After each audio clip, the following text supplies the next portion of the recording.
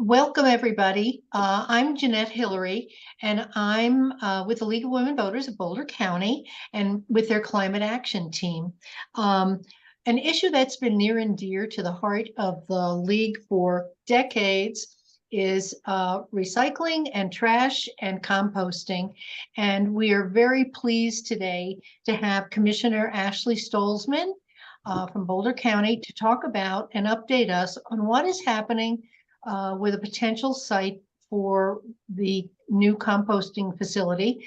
And we hopefully have some of our members or some of the attendees who can add more, like Naomi Curlin from the Sustainable Resilient Longmont Group. And I'm hoping Suzanne Jones, also from EcoCycle, will join us also. But I'm going to start the program with Commissioner Stolzmann. And we have a lot of questions that we can ask her if she does not hit that in her presentation. And she would like to really hear what some of the issues are from the attendees so that she can address those.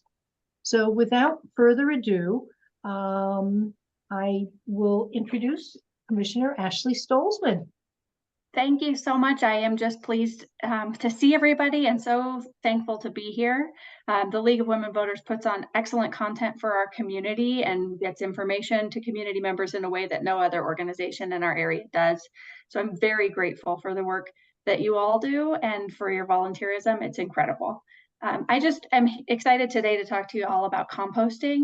Why am I excited to talk to you all about composting? Well, we have got to reduce our carbon emissions. There's just no other way around it. And it's urgent work because we are putting so many emissions out into the air and causing global warming at a rate that is really problematic for biodiversity, for our futures, for our next generations of family and friends. And so we've got to make changes. And one of the really important pieces is with our waste stream and in composting. So I'm going to share just some background that folks like all of you probably really know, but I'll need your help getting it out to your neighbors, and we'll need help getting solutions all together. So I'm going to share my screen. And I just want to confirm with someone that you can see in screen share full screen mode. I see a thumbs up. Yep. Thanks so much. So let's see, can I move to the next one? This is from EcoCycle. They put out this great report on the state of the state and recycling. And this is a several-year-old one, but you can see the gist of it is that we are just, as a society, really not hitting the mark here in Colorado with diverting our waste from the landfill. So this blue line down at the bottom is our abysmal diversion rate. And we really want to see that higher. And then you might say to me, well, why is that important? Well, let's just focus on organic material today. If we want to do one on recycling, I'd love to come talk about recycling too. But on the organic side, when material composts in the landfill anaerobically, you can see on the right-hand side of this image that methane and other gases are created.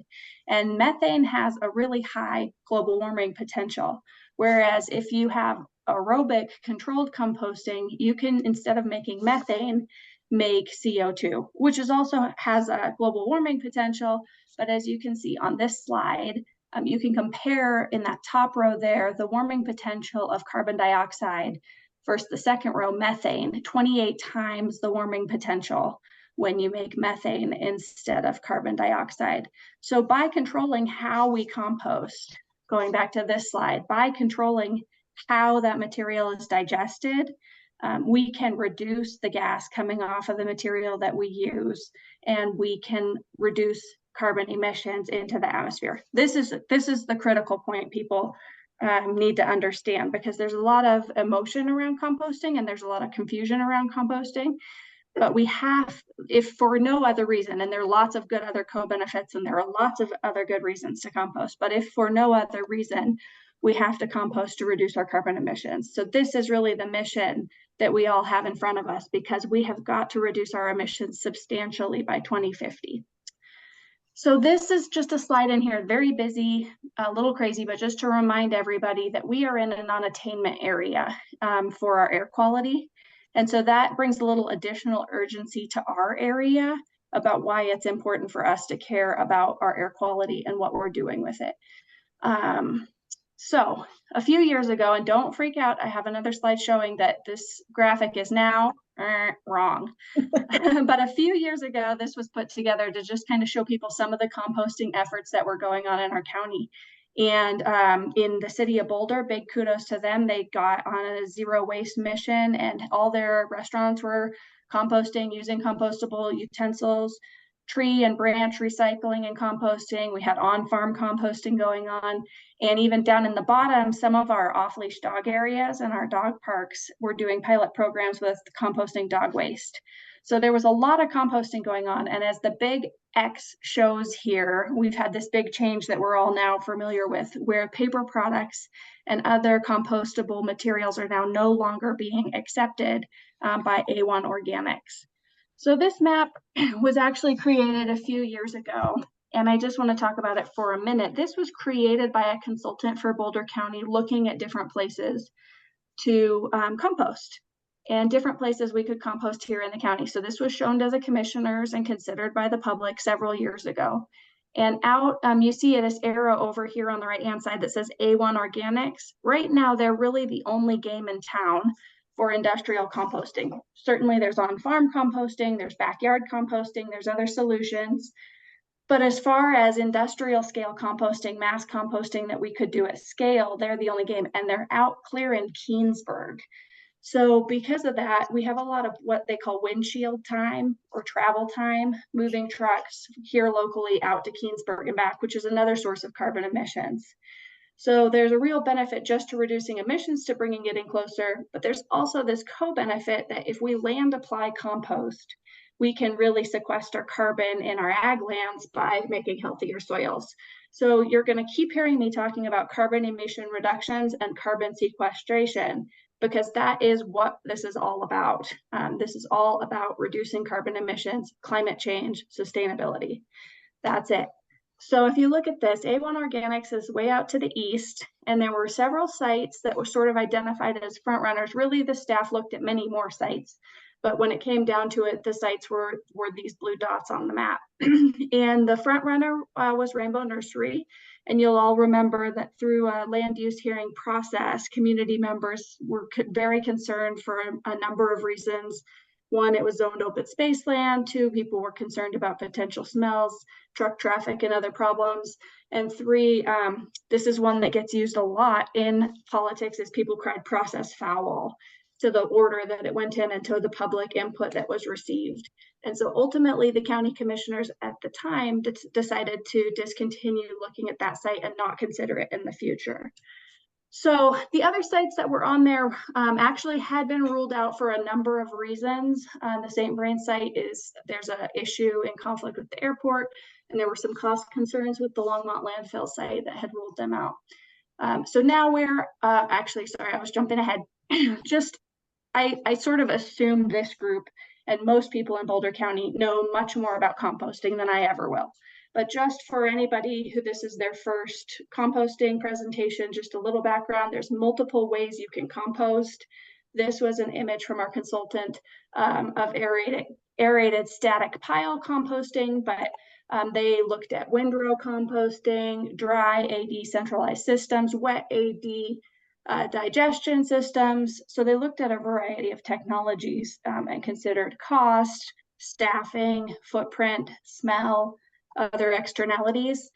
And so, you know, all different types are really on the table. And from my perspective, and this is just one commissioner's perspective, the leading thing we need to look at is what this does to carbon emission reductions, which choice we make, and how we can really help our climate future. So, okay, where are we today? Ashley, you've told us this grim future where, now our major composters not taking paper products and other manufactured products. You've told us, that they looked at a site, but that's fallen off the table. So where are we? Where we are today is really this getting the community on the same page about the goals of the project and making sure there's community support for this critically important piece of the puzzle for reducing carbon emissions. And so this slide spells out what I've been talking about is that we need to reduce carbon emissions here in Boulder County to meet our goals that we have set and adopted and that the community supports. And composting is a piece of the puzzle.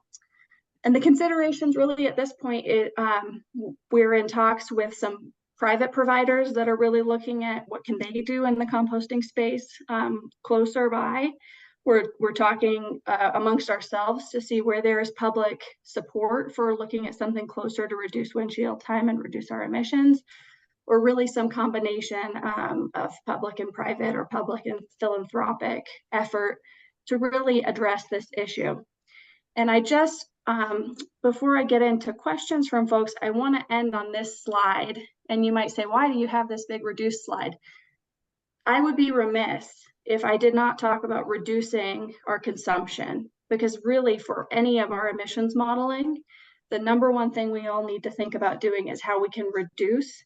And it's not like to put it on you or me or any of the people I see on the screen, but as a society, as a collective, what are we doing to reduce our impact? And we can make tremendous gains by reduction. So not wasting food in the first place, reusing your mulch on site, things that you can do will really make a difference and not generate the waste that we saw on that first slide in the first place. So I will take any questions folks have and cover pieces that I didn't, or if I went too fast, I'm happy to go back over any other parts of that presentation so far. Thank you. Okay, I've got, we had asked for questions to be submitted ahead of time. And so I have some, but I was wondering, in the process right now, have you been looking at any potential sites to do a compost facility in the county? Yeah, so there is at least one private company that has identified a location very close to the county and then a location in the county that they would like to do composting. And so they're going through their own internal private process because it's a private operator. Why I think that's good. I think as many of these options as possible are good because the more different people in the market, the better for our community. That's why I'm talking about a private vendor for a moment, because I do think that could help us move ahead. From our side, right now, we're evaluating, what are the types of sites that folks would find compatible. Since the last approach at this, the community, it wasn't, unanimously supported by the community. I know a lot of folks on this call felt differently and came out and were really supportive, and other folks weren't. So I'm not trying to say everyone was or wasn't supportive before, but looking at our industrial zone sites, looking at sites that have compatible co-uses where it would be a natural partnership that people could imagine. People fear some things about compost that are inaccurate for different types of composting because not everybody is as up on all the different types of composting. So education is another piece too, but there's not a site selected and there's not, a website where people can go vote on different potential sites yet, but evaluating from a high level which sites would be appropriate for that kind of exploration is happening. Okay.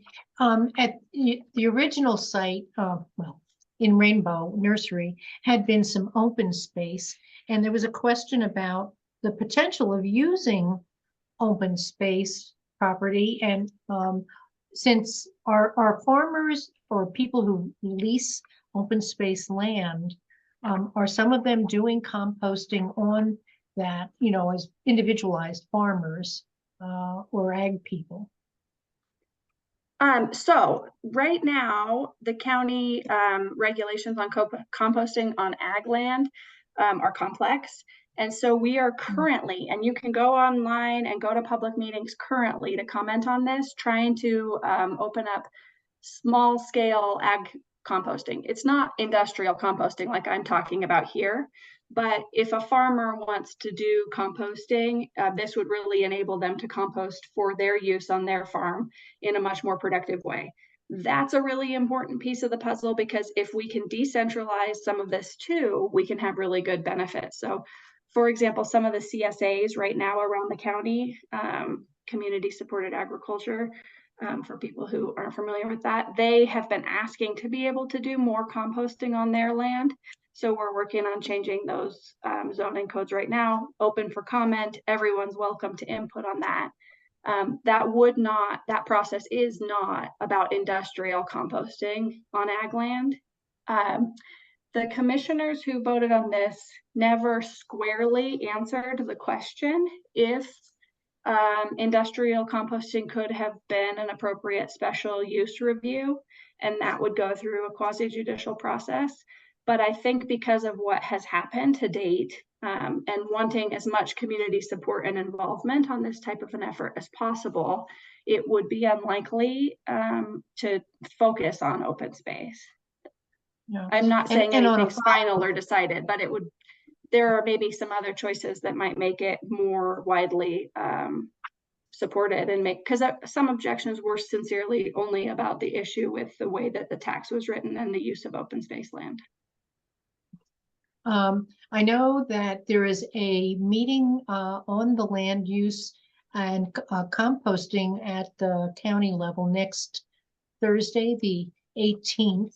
I believe at later in the afternoon. Go to their website so that you can comment on it. I think it's at 6 p.m. and it's by Zoom, so you don't have to go in person to that meeting. And Naomi Curlin wants to ask a question.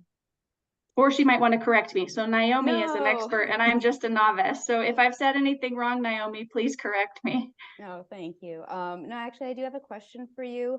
So regarding different potential sites, I know that some of the sites originally considered were in Weld County, and some of that kind of like over the county collaboration. I was wondering, if we are looking at potentially an industrial solution for serving the entire Front Range, it would behoove us to be collaborating not just within Boulder County, but with Weld and Larimer counties, so that we are creating a facility that everyone can buy into and everyone can support and will serve everyone in this region. I'm wondering whether you, Commissioner Stolzmann, have had any meetings, or if the commissioners in general are planning to do inter-county commissioner meetings. So there are private sector solutions in a variety in at least 3 counties that are adjacent to us around potential operations. And so we've been in conversations with those folks, not one person doing all of those, but different entities looking at those different solutions. Larimer County is working on a potential solution. The windshield time for where they're focused is still pretty significant for our community, but it doesn't mean it's off the table, because I hear you, and if there is a collaborative economy of scale to be had, it's worth exploring. So we communicate frequently with Larimer County, and we have on our docket to get together with Weld, but haven't quite had that conversation yet. So collaboration is something our Denver metro region is known for, and we really can work together and solve these problems. So I'm hopeful that that could be part of it, but there's nothing that's squared away. And just on that same line, currently our public works staff is working with Longmont public works staff on looking at and evaluating areas. So there is a lot of collaboration in the space.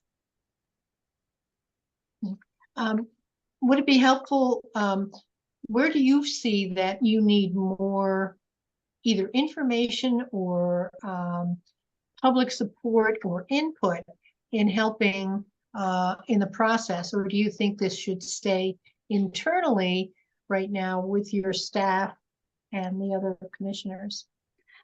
So as soon as we have things that seem better than just a outline sketch, there's got to be something real for people to react to that's not just pie in the sky. And so once there's something tangible for people to weigh in on and give input and support or feedback on how to make it better so they can get to support, that'll be the critical time for community members to rally. Some of the concerns, for example, truck traffic, right? Like we pick trash up at people's homes or compost or recycle and have to take it somewhere. And so that generates a lot of trips. And so something we hear about is, I don't want trucks going past my house or down this route or down that route. So having conversations, with the community about, well, we can really mitigate numbers of trash trips with single hauler programs. We can really mitigate impacts of trash trips if we follow EcoCycle's lead and do things like get electric trucks. I hope you all saw that in the news. That was pretty exciting to have someone in our community get an electric trash truck for their hauling. So we can do things to mitigate the issues when people raise them. And if we can keep people at the table so that they don't just say no, but they raise valid points that we can then correct for, that'll be critical. Okay. There's Sherry was mentioning the newish 5 R's of recycling are refuse, reduce, reuse, recycle, and I forget the 5th one, but anyway, I totally agree with you. One of the things the league has been trying to do every month in our voter is put little tips in, at least to go to our members, on either bringing your own recycle container to a restaurant so you don't end up picking up one of their boxes, and then just do you really do you really need this item? And I think your last slide really showed how do you really need all this food that you're getting. But one of the other areas I've been starting to look at is all the clothing that gets thrown into the mix and can get thrown into landfills also. And, do you really need to get the new t-shirt every year, or, twice a year or 3 times a year? So doing that. Sherry. Yeah, thank you. Yeah, I'm really happy to hear about the collaboration piece, and especially around the regional approach. And the Public Works Department of Boulder County is working with Longmont, the second biggest, soon to be biggest municipality. So that's all good.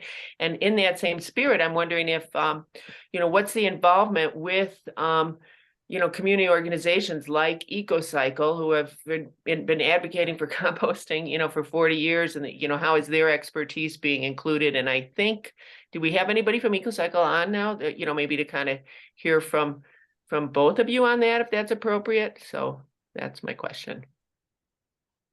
I see that Dan just Suzanne? raised his hand. I think maybe Dan is here. Suzanne, Dan, are you there, or is Suzanne there? It looks like if we unmute Dan, he might be able to tell us if he can represent EcoCycle. Let's see if I have the ability. I think Anna's trying to do that. Dan. I'm here. Can you hear me? Perfect. There we go. Yes. Okay. Thank you, Commissioner. EcoCycle is very excited to work with the county on, and I think, my personal passion is to not just make compost, but to use it locally to restore our soil. We've lost a lot of the nutrients in our soil. We have the opportunity to sequester carbon in our soil. This is the 2nd biggest carbon sink in the world. And I think most importantly, we have the opportunity to save water. Compost is fantastic at both allowing water to percolate after big storms like we just had, rather than running off, and as well as to actually act as a reservoir within the soil. So I think that's the more we can localize our compost production, the better able we are to use that compost locally, especially to restore our soils and to improve our local food system, and generally improve our local resilience to fire, to flood. It all comes down to healthy soil. Well said, Dan. That was awesome. I have nothing to add to that. That was great. Yeah. What about other reactions from county farmers on using compost? You were indicating that some of the CSAs want to, be able to maybe enlarge their compost. but what about other farmers who are with more, maybe with animals, and what are they doing?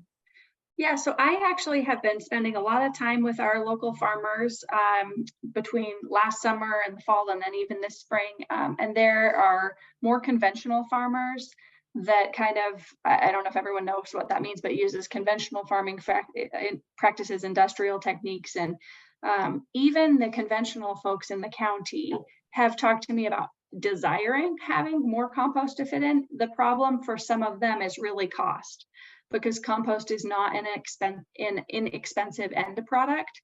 So when some of the conventional farmers compare, because at the end of the day, the farmers are tending the land and caring for the land and being stewards, but they also have a family to feed and provide for and need to buy health insurance and all of those things. And so when they're cost comparing compost versus some synthetic alternatives, they are able to get the synthetic alternatives at a much lower rate. And I'm just talking about the conventional farmers for a moment, not all of our farmers in the county. And so it makes it hard for them to make the choice to use compost, because they don't see the immediate output that they do see from some of the synthetic practices that have been going on in our country for a number of years. So short answer, Jeanette, is that I have not found a farmer yet who's not interested in compost, but they do care very much what the price is. So how we run a facility, how we can control our costs so we can pass on a very high quality, low cost product would be great. And I think if you think about some of the problems A1 is facing and why they've made some of the choices they've made, it's because the quality of their product was really jeopardized with contamination, and the cost of creating the product was really in jeopardy, so that they weren't able to provide it at a price that their consumers would consume it. So the contamination issues really do relate right back to quality and cost of end product. And for those who might not know, can you explain some of the costs of what would be involved in making compost and why there's that price discrepancy? Sure. So if you think about compost, first of all, just for the county, if we were to run an operation, we need a piece of land. So if we have to bond for the land, then there's the payment of the bond or having the money up front for the land. There's the capital equipment that we need to buy to sort the material, to shred the material, to wet the material.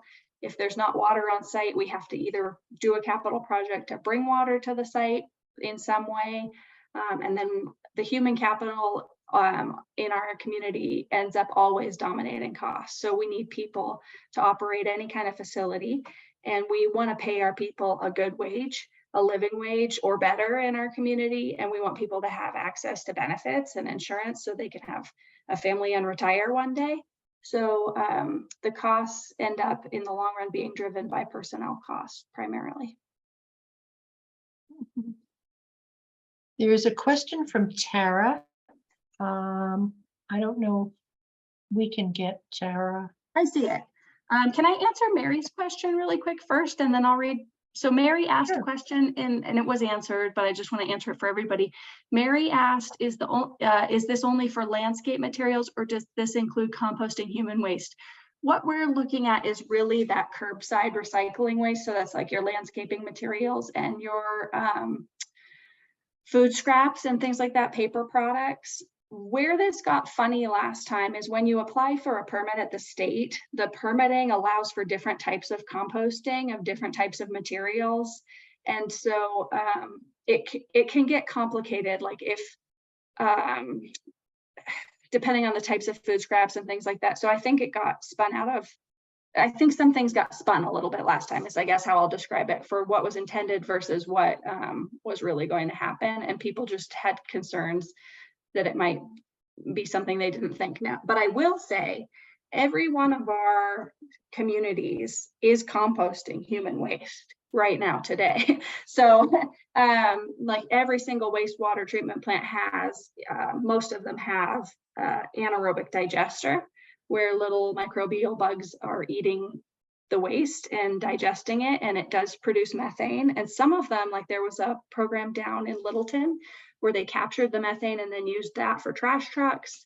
And then the digested material is often land applied to farms. So while this program is not focused on that, I cannot think of a community that is not composting their waste from their wastewater system.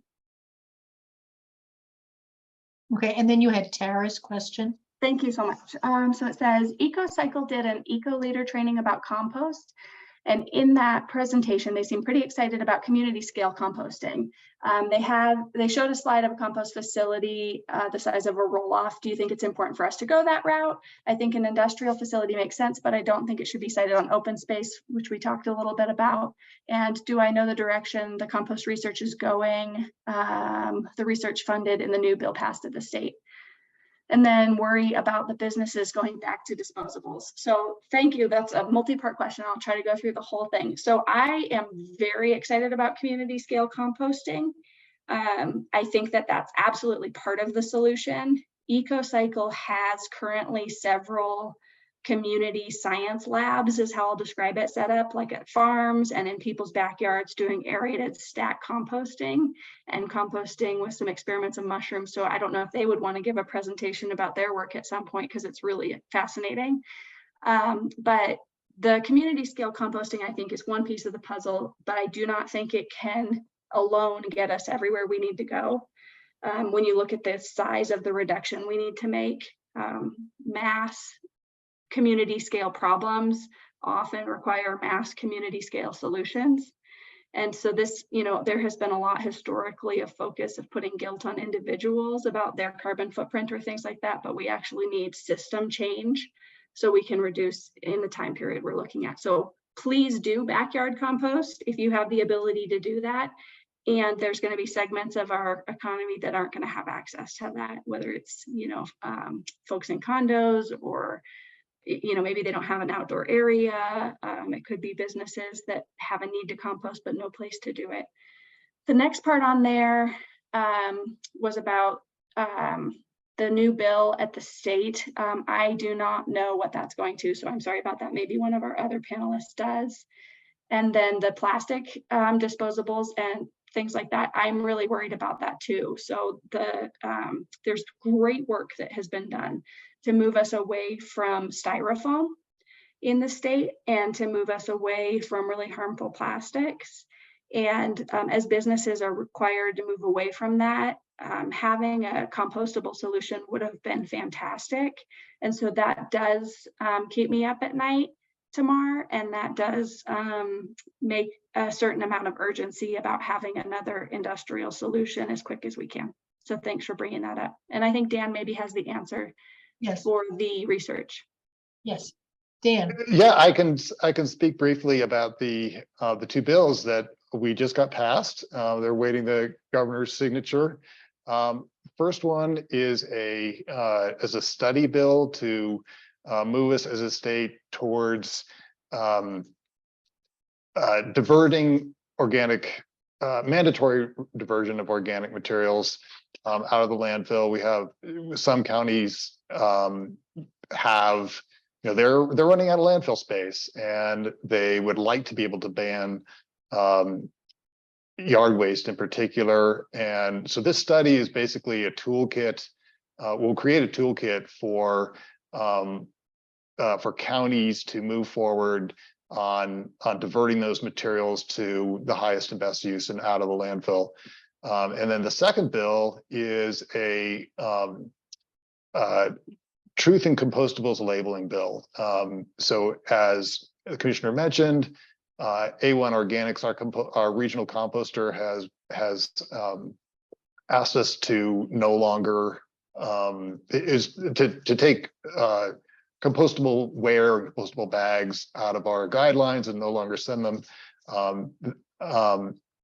This is in large part because there's so much consumer confusion over what single-use containers and bags are compostable and what are not. And a lot of that is because of greenwashing, because of confusing language being used by companies manufacturers trying to get in on the action here, you can charge more for a compostable product. So, you know, they will intentionally use words like biodegradable or oxidegradable or even, you know, natural to confuse people and make it appear that a product is compostable when it is not. So the bill simply says that you can't use the word compostables on a product unless it is certified compostable to break down in a commercial compost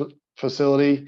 And likewise, you cannot use if you do use confusing language or labeling, the Attorney General's office will be empowered to go after those folks and ask them to change their practices.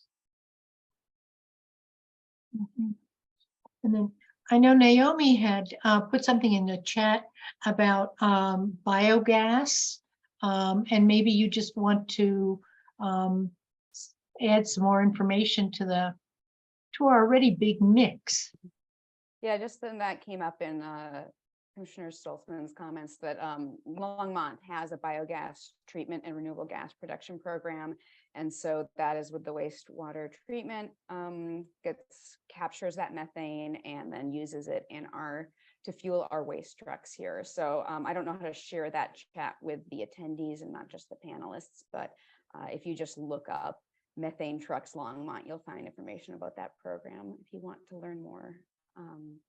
I had So they're using that on all their trucks now? I don't believe it's not all of them, but a good portion of the fleet, and they're trying to expand to all the trucks. I forget the number. I think 11 trucks right now are using it, or somewhere around there. So yeah, they're working on making it all the trucks eventually, I believe. It's just every truck to upgrade it to using methane instead is an investment.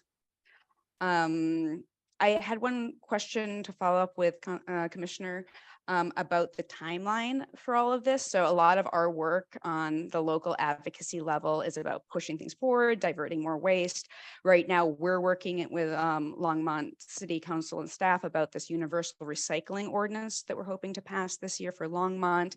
We were hoping to include composting as a phase of that rollout in the next couple of years, starting with recycling, but then incorporating composting. And since the new A1 regulations have come through, that is all, there's some questions about how we might have to adjust that timeline or what would be accepted, or those sorts of things have come up. And I know for a city of Boulder and other municipalities that already have universal recycling ordinances passed, that's a concern of how to adhere to what is in our policy when we can't divert all that waste. So there feels like there's a big urgency in the Front Range based on the policy that municipalities have already passed to get this off the ground as quickly as possible and address what we can do on the paper products, compostable wares, just even things like coffee filters are no longer being accepted by A1. And so things that should be easily compostable if we had the infrastructure and the personnel, as you said, the personnel costs to oversee the infrastructure to make that happen. So with this sense of urgency, do you have an idea of timeline or whether any of this can be fast tracked to address the real needs of our communities? There is not currently a timeline laid out, and part of that, we don't have a set of sites to present to the community for consideration yet. So that is really an urgent piece to get going so we can get the public input we need going forward. I will say there is a lot of commitment from my fellow commissioners, and that makes me very hopeful. There is money set aside in our budget for this project. And so, I try to tell people, if you want to see what someone's values are, look at their budget. That is what they value. So just knowing that this project has money, it's not an unfunded project. It's not something we have to go look for. That is something to be hopeful for. And that is something that should signal that it's on a faster timeline, not as fast as you would want, or, other community members or I would want, but it should signal that we're trying to do this and understand the urgency. But I unfortunately don't have a date for you. In your talks with various interested parties, do any of you have any thoughts about going with a private contractor, or if you did cite one, would you end up hiring just county folks to work on it? Or, if it was in the county, or would there be a private contractor or some contractee that would run it for you? What's your thinking on that? Yeah, Or so you open? it is open. So like we are meeting with 2 different private contractors that are working in this space in the next couple weeks. So I'm meeting Tuesday with someone, and from my perspective, this is the tide raises all boats. Like if someone else comes in and does this faster than the county can, that is amazing, right? And that provides competition to A1. And if it's closer to us and they accept the products we want, there's no reason to have pride around it. On the other hand, like Naomi pointed out, by not having something that the community controls, then the community doesn't control it. So we're not opposed to working with the private sector if they can deliver a solution that the community, finds great, or even a nonprofit or something like that. So there's not something that's been omitted, but there are pros and cons to the various approaches. Yeah, okay. All right. It seems like it comes back again to education. I think we all got sucker punched in the last few months on what was, what we had all been, a lot of folks have been putting into their compostable bins, like the coffee filters and other things. And then all of a sudden it's like, nope, we're not taking this anymore. And, so it's maybe a bunch of us getting together later on and working with how to educate people so that they're not so, many want to do the right thing. It's just making sure they're getting the right information so they can do the right thing. And so if we can work on that. I understand there was another question on human waste, and I'm not sure who.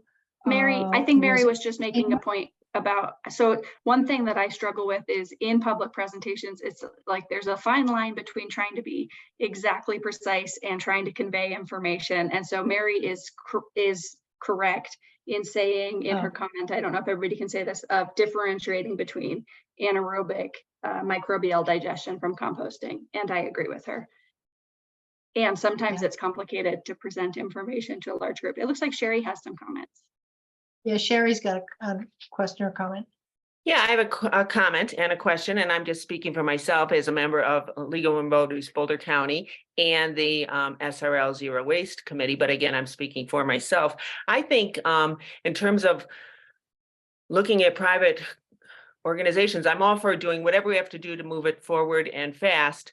At the same time, the A1 situation is a cautionary tale, because what would happen then perhaps is flow control could be taken away. They're going to look at the bottom line. I mean, I know EcoCycle stockpiles materials when there's no markets, and other counties, other places don't take those products anymore. So that's, as a person who's lived in Boulder County since 1984, I want to see, kind of nonprofit, mission-driven,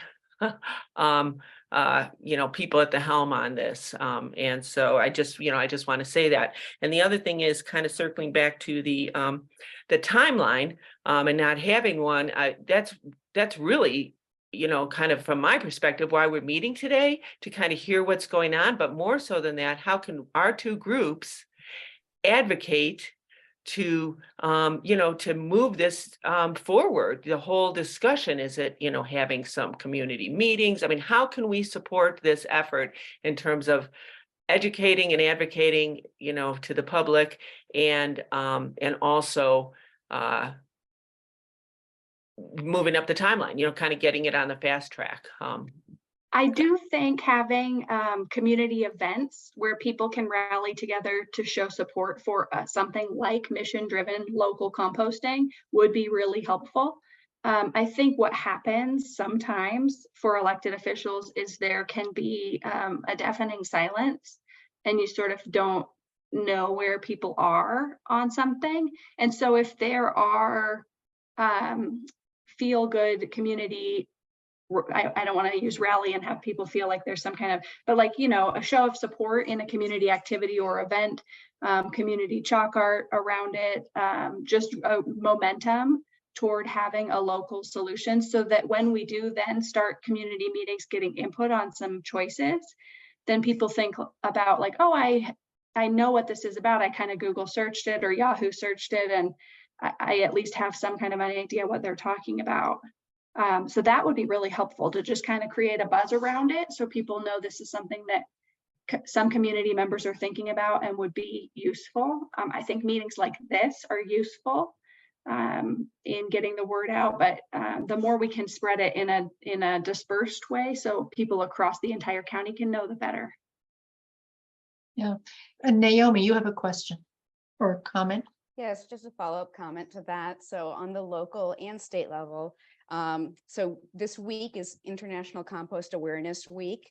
And so I don't know if you knew that when you were planning this, but the timing couldn't have been more perfect to be doing this webinar today and this week. So yeah, May 7th, the week of May 7th, first full week in May is International Compost Awareness Week.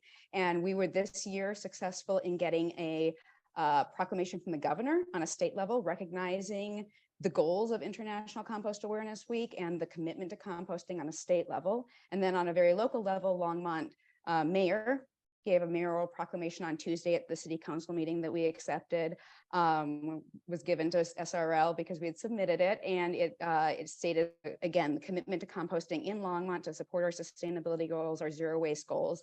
And part of the public comment we gave and the feedback was, this week is the perfect time to bring awareness and harness the energy of Compost Awareness Week by talking about these issues, about how we're going to have a regional solution right here that actually serves the Front Range. So I think, you know, having this today is great, but also going back to like doing these proclamations, it might be just, you know, something for publicity, but it can get people talking about what do we need to make composting effective here? If we're going to have this week of awareness, what are we doing here to actually live up to those commitments in these proclamations? So I just wanted to share that with the group. And if you haven't seen them yet, you can find them online and find the recordings from the city council meeting and all of that if you'd like to learn more.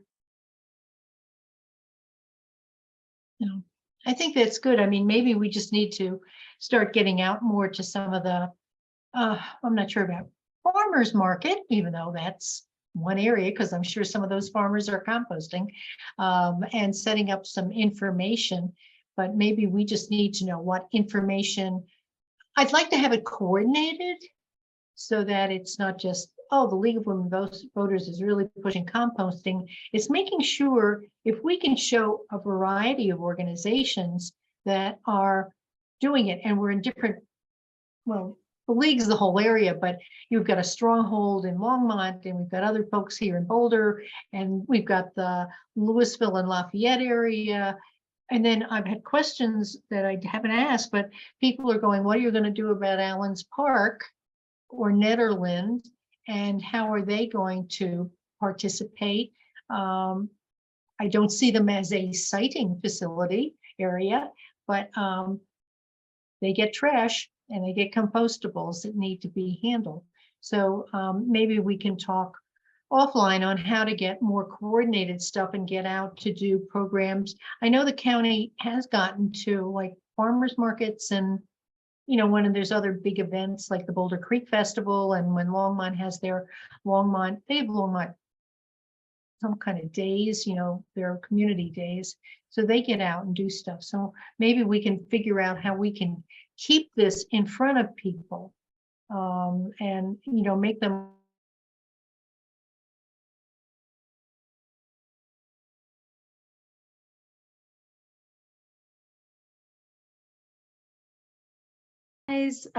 that we're looking at, and it wouldn't be complete, it wouldn't cover everyone in the county, but it could do some sub-regional kind of things. The minimum size that we're looking at is around 10 acres. Really 12 acres was the minimum, but we kind of extended it to just broaden the look.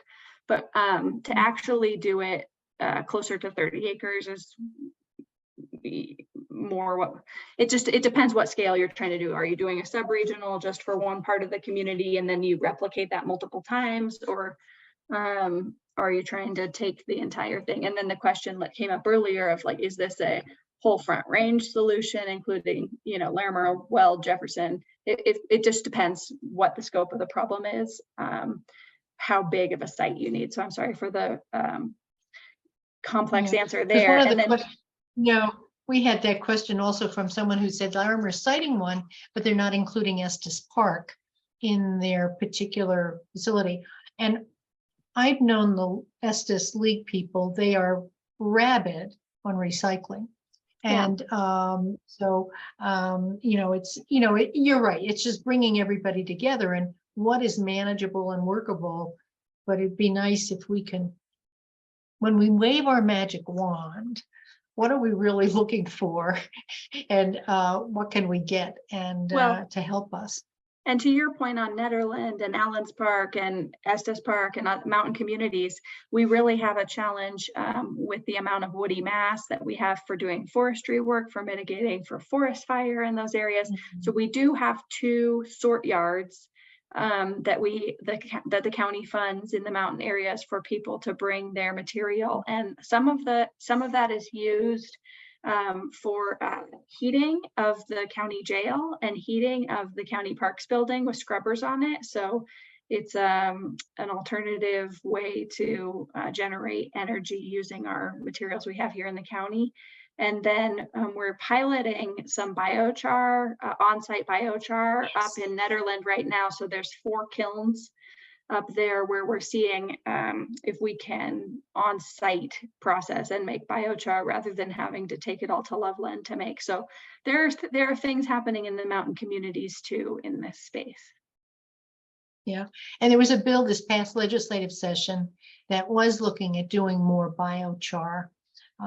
I think, and I know that, I think one of the examples was from Boulder County. So it is getting out there. Is there something else that anybody else would like to ask, or maybe a few of us could talk offline or communicate by email on what kinds of activities we could get to over the next 6-8 months, where we could coordinate with information either from EcoCycle or from the county's group and other things. I think that might be helpful. And then we could keep you tied in, Commissioner Stolzmann, on what we're doing. Naomi. Yes, so I'm here with the Longmont local perspective, of course. So in Longmont this summer, SRL is helping with waste diversion at the city-sponsored events. So we're going to be overseeing the waste diversion stations, and we did request to keep composting included at the stations we are overseeing. And they changed the signage this year to just say food scraps, but it's an opportunity for education because the public in the last few years has gotten very used to using the compostable wares. And so now that we're not using those, we have started already many conversations. We did this at Cinco de Mayo. We had a station right next to the food vendors that had the composting that we managed, and had a lot of great conversations about why this year we're not composting the compostable wares that some of the vendors provided, and how we're diverting waste this year. And if people want to bring back some of the composting opportunities we had previously had, why advocating for these regional facilities, something new being developed, is really important right now. And so I think that if anyone wants to be involved in kind of our waste station management, that we've got lots of opportunities in Longmont coming up this summer at these public festivals, and you just kind of volunteer to help people sort waste, but it's opportunity to discuss these things. And we could even have additional materials, pamphlets, things that could help educate on people who want to take action, people who are like, yes, I want to bring back compostable wares. Why can't we do this right now? Or people who are like, I want to put this in my green bin and I can't anymore. It could be an opportunity to have those conversations and get that public support going for this facility. Okay, all right, Sherry.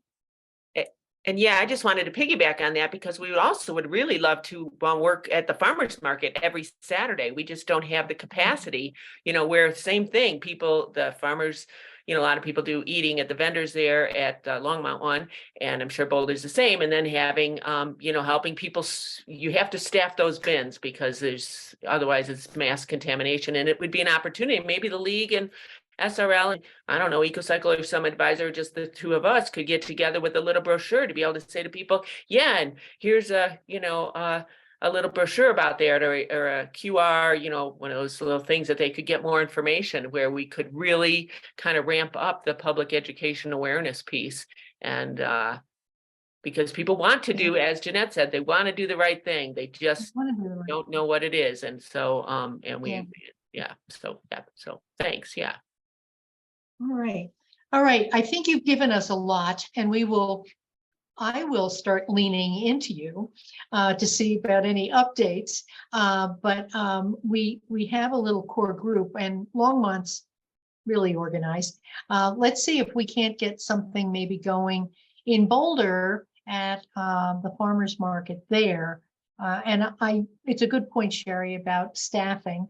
And just for Dan, I did a big article for the League on regenerative agriculture. I am a huge fan of it, and there's been some excellent material lately. And your talks on the soil health motivated me to do this. So we're doing that. I did that about 2 or 3 months ago, and it was really, really helpful. And I'm thrilled to see nationwide how well it is doing and is being accepted, but it takes time and the costs and doing things. So that's it.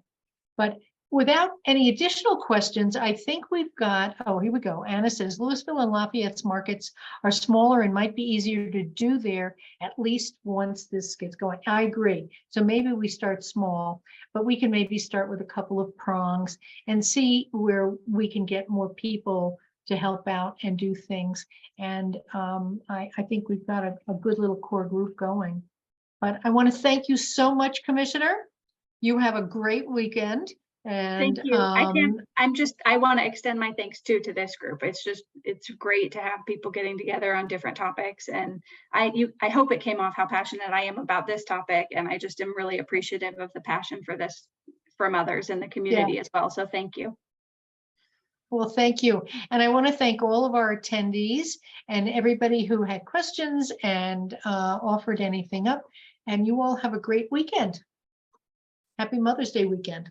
See you later, and graduation. Thank you, Anna, for helping us. We can honor our Mother Earth. Yes, we can. Thank you. Bye-bye.